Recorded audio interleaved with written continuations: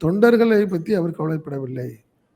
மிக சரியான சுயநலக்காரர் விஜய். அப்படிதான் நான் பார்க்குறேன்.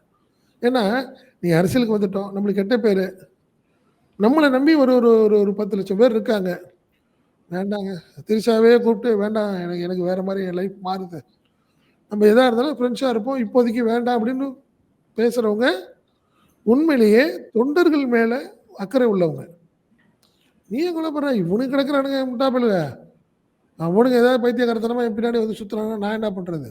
எனக்குன்னு ஒரு தனிப்பட்ட வாழ்க்கை இருக்கு. எனக்கு பிடிச்ச வாழ்க்கைய தான் நான் வாழ முடியும். ஓட்டு போட்டா ஓட்டு போடுறாய்ங்க. ஓடாடி போ அப்படின்னு நினைக்கிற விஜய் நினைக்கிறாரு. அது வந்து சரியா இருக்காது. ஓட்டு அரசியலுக்கு ஒரு மிகப்பெரிய பாதிப்பை விஜய் ஏற்படுத்தியிருக்கிறார். தனக்குத்தானே தலையில மண்ணு வாரி போட்டுக்கிட்டாரு விஜய். அப்படிதான் நான் சொல்லணும். அது கண்டிப்பா பெரிய பாதிப்பை ஏற்படுத்தும்.